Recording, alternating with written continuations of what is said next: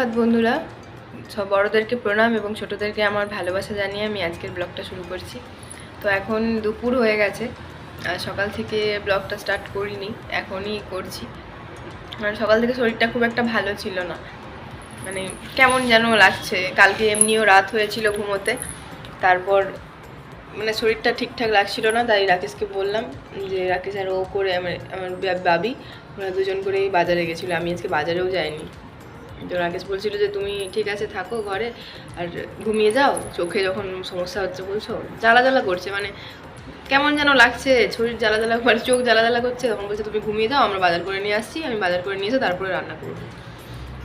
তো তারপর দেখলাম কি 11টা বেজে গেছে, ওরা যেতে যেতেই প্রায় 10:45 মতো হয়ে গেছিলো মুড়ি খেয়ে যাওয়ার পর।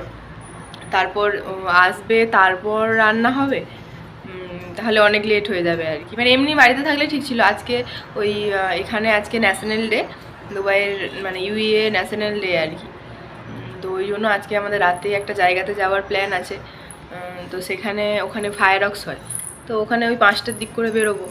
আর যদি ও এসে রান্না করবে, তারপর খেয়ে দিয়ে ঘুমোতে সে 2, 2:30, 3টে বেজে যাবে।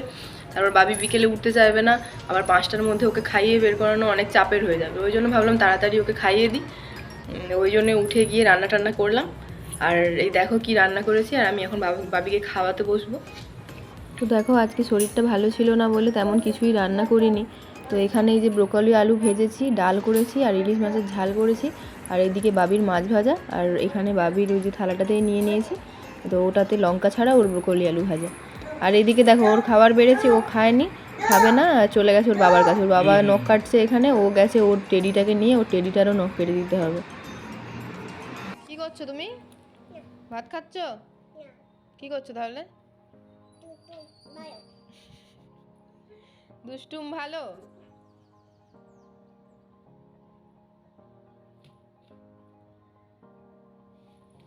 কি করছো তুমি? দুষ্টুম ভালো।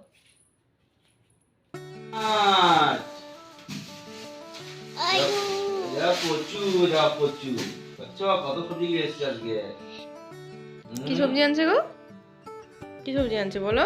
তারপর খাওয়া দাওয়া করে আমরা ঘুমিয়ে গেছিলাম। তো ঘুম থেকে উঠে পড়েছি, আর রাকেশরা যে রাকেশ আর বাবি করে বাজার করতে গেছিলো, তো ওই বাজারগুলোই ফ্রিজে ঢোকানো হয়নি। তো রাকেশ বসেছে ওইগুলোকে ফ্রিজে গোছাতে।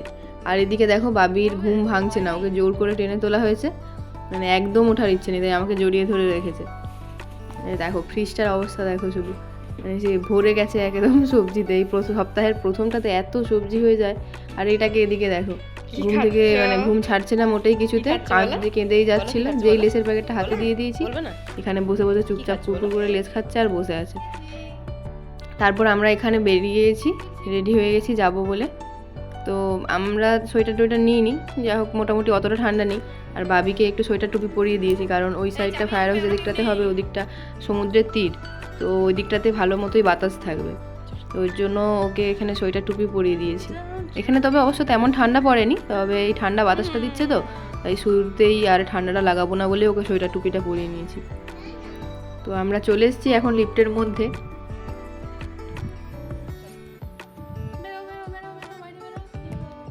তো দেখো আমরা বেরিয়ে গেলাম, আর এখানে 5টা পেরিয়ে গেছে, 5টার মধ্যে বেরোতে পারিনি।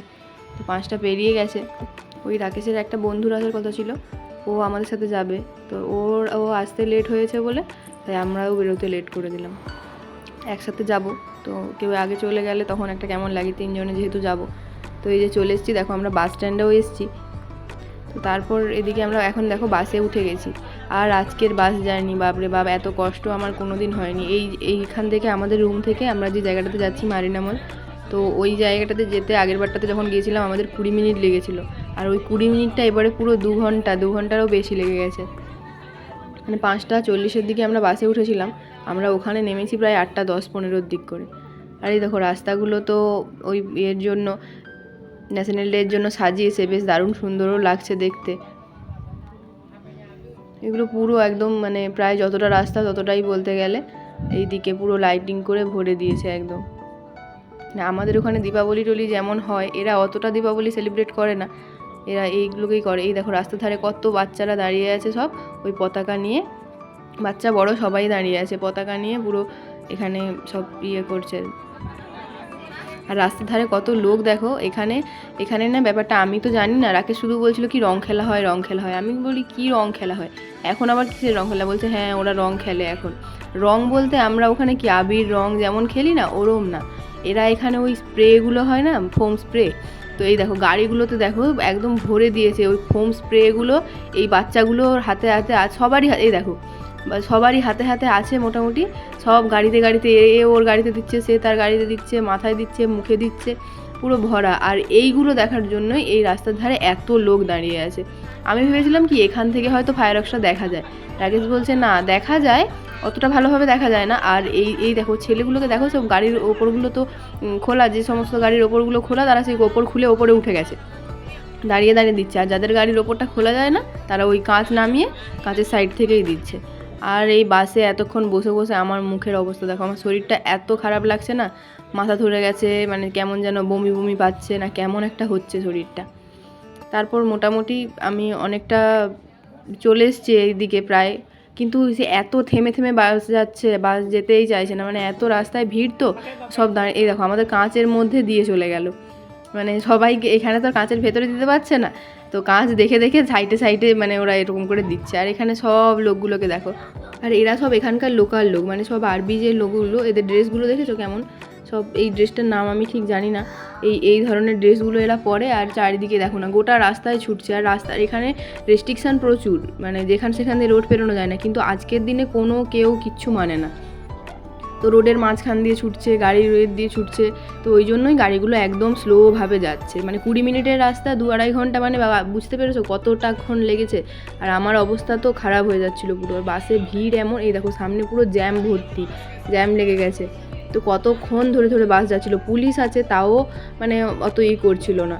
আর আজকের দিন স্বাধীনতা দিবসের জন্য কেউ অত কিছু বলেও নি। দেখো রাস্তার রোডের মানে মাঝখানে গাড়ির দিয়ে চলে আসছিলো। তারপর অনেক কষ্ট করে আমরা চলে এসেছি মোটামুটি মারিনা মলের মধ্যে। তো 9টার মধ্যে শুরু হবে বলেছিল, আমাদের এখানে পৌঁছতেই 8টা 10-15 হয়ে গেল। তার জন্য ভাবলাম আর কোথাও না গিয়ে পুরোপুরি সোজা চলে গেছিলাম ফুড কোর্টে। তো ফুড কোর্টে গিয়ে আমরা ওখানে প্রথমে খাবারটা অর্ডার দিয়ে দেবো, কিন্তু তারপরেই রাকেশ আগে বলেছিল যে ও যাবে ওষুধটা আনতে, মানে আমার শরীরটা খুব খারাপ লাগছিলো, তো আমি ভাবলাম একটু ইনো খাবো। তো তারপর আমরা এই যে পাপা জনসে চলে এসেছি, তো ওখানে পিৎজা অর্ডার দেবো।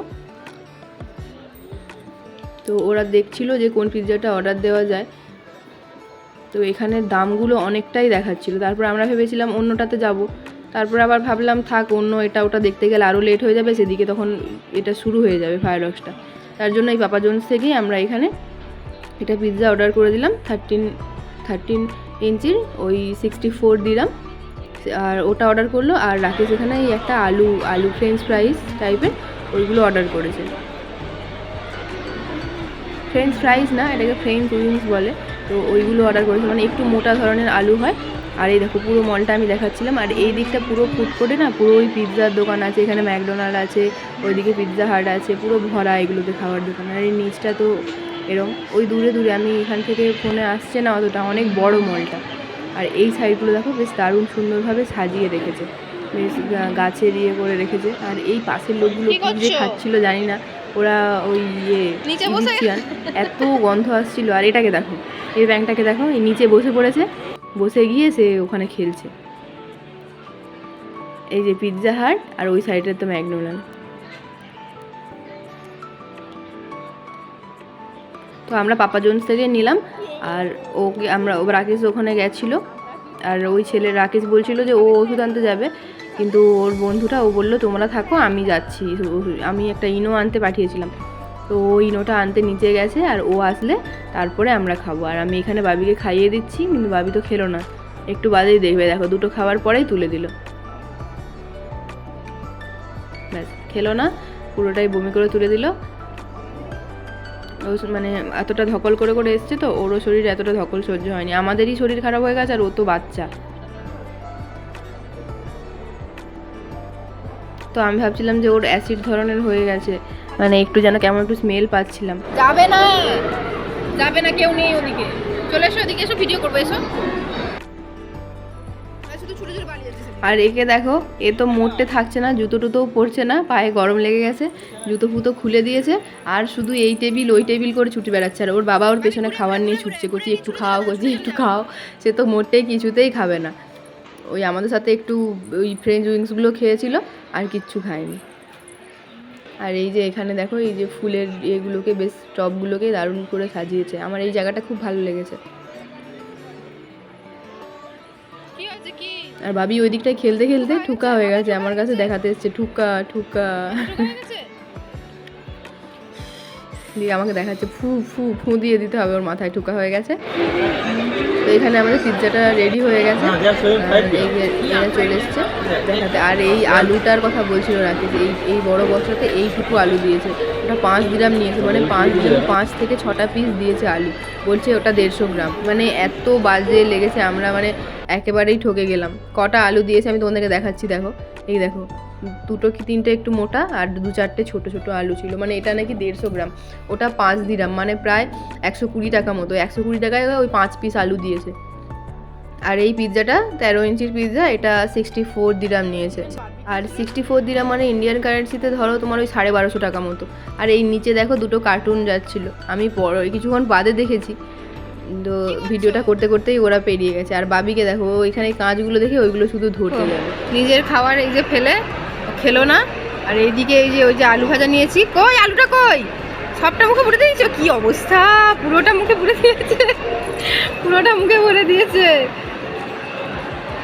না না, খাবারটা খেতে হবে তো, না খাবার না খেলে আমি তো আলু ভাজা দেবো না। হ্যাঁ, খাবারের বেলায় নো। হ্যাঁ, তো দেখো ও চলে এসছে, আমরা এখানে খেতেও বসে গেছি। তো ও আমাকে বলছে তাড়াতাড়ি খেয়ে নাও, আমি ভিডিও করছিলাম তো তার জন্য বলছে যে তাড়াতাড়ি খেয়ে নাও, নাহলে ওদিকে আতশবাজি শুরু হয়ে যাবে। আমি বলছি হ্যাঁ খাচ্ছি। তো ভিডিও করার পর আমরা তাড়াহুড়ো করে খেয়ে নিলাম। তো পুরোটা ওদের খাওয়া হয়ে গেছিলো, কিন্তু আমার খাওয়া তখনও হয়নি, কিছুটা বাকি ছিল। তো কী করেছি, বসে বসে খেতে গেলে তো দেরি হয়ে যাবে, তাই আমি কী করেছি, টিস্যুতে করে মুড়ে নিয়ে চলে এসেছি, পরে খাবো। তাই আর ওখানে খাওয়া হয়নি, তাড়াহুড়ো করে চলে এসেছি। কারণ কি, যে আমি যদি পুরো খাওয়াটা শেষ করে আসতাম, তো এটা এদিকে শেষ হয়ে যেত, কারণ এটা তো বেশিক্ষণ হবে না, মিনিট 10 মতো হবে। তো এটা মানে ননস্টপ হয়, তো যে একটা হলো তার কিছুক্ষণ বাদে আবার হবে তা না। দেখো তোমরা এটা দেখতেই পাচ্ছ যে ননস্টপ হয়। আর এখানে এত সুন্দর সুন্দর না, দারুণ লেগেছে আমার। আমি ফার্স্ট টাইম এতক্ষণ মানে ধরে এতটা দেখলাম। আর এটা আমরা যদি আগে বেরোতাম, তো আমরা ওই দিকে সমুদ্রের একটা পাড় ছিল, ওদিক থেকে দেখলে পরিষ্কার বোঝা যেত, যেহেতু ফাঁকা ছিল। আর এখানটাতে কি হয়েছে, সামনে ওই গাছ, খেজুর গাছগুলো তো ভরে গেছে, তো সামনে নিচে যে ছোটো ছোটোগুলো ফাটছে, ওগুলো একটু ভালো করে দেখো, তাহলে বুঝতে পারবে। আর না হলে তো এই খেজুর গাছের জন্য পুরো বোঝা যাচ্ছে না, ওপরে যেগুলো ফাটছে আমরা সেগুলোই বুঝতে পারছি। তো রাকেশ বললো যে ওদিকে আরও একটা হবে। তো এই দেখো সমুদ্রের পাড়ে আমরা চলে এসেছি। তো এই যে সমুদ্রের পাড়ে এই যে এগুলো দেখতে পাচ্ছ, যে লাইটিংগুলো হয়েছে না, এগুলো সমস্ত 5 স্টার হোটেল। তো এখন রাত্রেবেলায় বলে কিছু বোঝা যাচ্ছে না অতটা। আর ওই পেছনে একটা প্যালেস আছে, তো এইগুলোই, এখানে অনেকগুলো 4-5টা প্যালেস আছে। আর এই দেখো এদিকে এসছিলাম, তো রাকেশ বলেছিল যে এই দিকটাতে আগের বছর ও যখন এসেছিলো তখন নাকি এদিকটাতেও ওই হয়েছিল, ফায়ারওয়ার্কস হয়েছিল ওদিকটা বন্ধ হওয়ার পরে। কিন্তু এবছর আমরা এসে অনেকক্ষণ দাঁড়িয়ে রইলাম, কিন্তু হয়নি। তো 10-15 মিনিট দাঁড়ানোর পরে দেখলাম এখানে এই যে ড্রোনগুলোকে একসাথে প্রোগ্রামিং করে ছেড়ে দিয়েছে। তো অনেকগুলো ড্রোন এখানে, বেশ কালারফুল লাগছে। তো বিভিন্ন রকমের ওই ড্রোন দিয়েই না ওরা শ্যুট করছিল, মানে বিভিন্ন রকম জিনিস বোঝাচ্ছিল। আর আমরা উল্টো সাইডটাতে দাঁড়িয়েছি বলে বুঝতে পারছিলাম না, একমাত্র এটাই যে পৃথিবীর চারিদিকে স্যাটেলাইটটা ঘুরছে, এটাই একমাত্র পরিষ্কার বোঝা যাচ্ছিল। তো আরও অনেক কিছুই করেছিল, বাজ পাখি, উট, মানে বাজ পাখিটা আমরা বুঝেছিলাম, আর এটা বুঝেছিলাম, আরও কিছু কিছু ছিল, অতটা ভালোভাবে বোঝা যায়নি, আমরা যেহেতু উল্টো সাইডটাতে ছিলাম। আর দেখো এইখানে সমস্তটা লাইটিং করেছে। তো এই দেশটাকে না, আমরা যেমন শুধু ইংরেজ দ্বারা শাসিত হয়েছি, তো এই দেশ শুধু ইংরেজ দ্বারা না, এরা ইউরোপ, আমেরিকা এদের দ্বারাও শাসিত হয়েছে।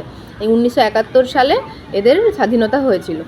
তো 2রা ডিসেম্বর এদের স্বাধীনতাটা হয়েছিল। তো সেই জন্যই এরা এখানে বেশ 2রা ডিসেম্বর আমাদের যেখানে 15ই আগস্ট যেমন পালন করি আমরা, তো আমাদের থেকেও এরা আরও অনেক বেশিভাবে করে। কারণ কি, এদের এটা 52 বছর হয়ে গেছে। আর এখানে অন্যান্য অনুষ্ঠানগুলো তো তেমনভাবে পালন হয় না, তাই এটাকে অনেক বড়োভাবে পালন করা হয়, মানে ওরা ওদের নিজেদের মতো করে করে। আর অন্যান্য অনুষ্ঠানগুলো তো সব ধার্মিক অনুষ্ঠান, সেইগুলোতে অত বেশি মাতামাতি করে না, ওরা নিজেদের মধ্যেই কাটিয়ে দেয়। আর এইগুলো দেখো, যে আমরা সাইডটা চারদিক দেখে নিয়ে এখান থেকে বেরিয়ে যাচ্ছি। তো রাতও অনেকটাই হয়েছে, ফিরতে হবে আবার। কারণ এখন এখন তো শোগুলো শেষ হয়েছে, সবাই একসাথেই যাবে, তো বাসেও অনেকই ভিড় হবে মনে হয়।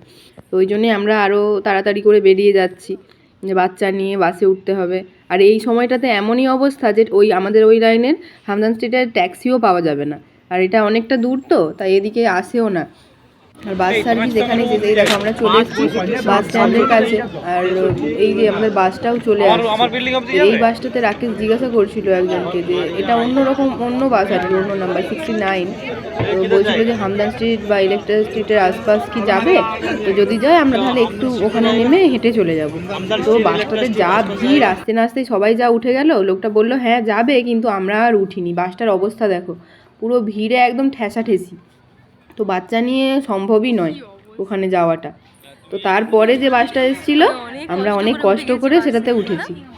সে ঠেলা ঠেলি ভিড়ে গুতোগুতি করে ওঠা হলো, বাপরে বাপ কি কষ্ট। তারপরে তো আমি দেখলাম একটা সিট ফাঁকা ছিল, বসে গেছি। আর এই দেখো আমি তো রাকেশকে খুঁজেই পাচ্ছি না, ও সেদিকে কোথায় চলে গেছে। আর এই দিক ওই গেটটা দিয়ে উঠেছে, আর আমি সামনে লেডিস গেটটা দিয়ে উঠেছি।